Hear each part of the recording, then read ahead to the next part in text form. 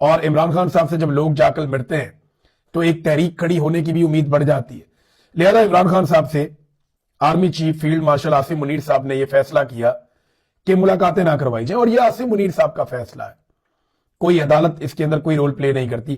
عدالت نے تو آرڈر دیا ہوا کہ ملاقات کروائیں, لیکن وہ جوتے کی نوک کے اوپر رکھا جاتا ہے. تو یہ جو جوتے کی نوک ہے نا, یہ آپ کو سامنے کوئی جیلر نظر آئے گا, کوئی ایس ایچ او, کوئی ایس پی, کوئی تھانے دار, آپ کو سامنے وہ لوگ نظر آئیں گے, لیکن پیچھے سے جو دھکا ہے وہ عاصم منیر صاحب کا ہے. وہ نہیں چاہتے تو عمران خان صاحب کی ملاقاتیں نہیں ہوتی. اور ویسے بھی پاکستان تحریک انصاف نے کچھ زیادہ کیا نہیں عمران خان صاحب کی ملاقاتوں کے لیے. وہ بہت کچھ کر سکتے تھے. اب تو لوگ کھل کر بولنا شروع ہو گئے کہ کیوں نہیں یہ 350 MNAs, MPAs اور سینیٹرز مل کر عدالت میں جا کر بیٹھ جاتے. یہ بیٹھے رہے اسلام آباد ہائی کورٹ میں جب تک کہ عمران خان صاحب کی ملاقات نہیں کروائی جاتی. کیا ہوگا؟ انہیں گرفتار کر لیا جائے گا, پوری دنیا میں رولا پڑ جائے گا. کیا ہوگا؟ انہیں گھسیٹ کے وہاں سے نکالا جائے گا, پوری دنیا میں یہ ویجولز چلیں گے. عاصم منیر صاحب زیادہ بوجھ اس کا نہیں اٹھا پائیں گے.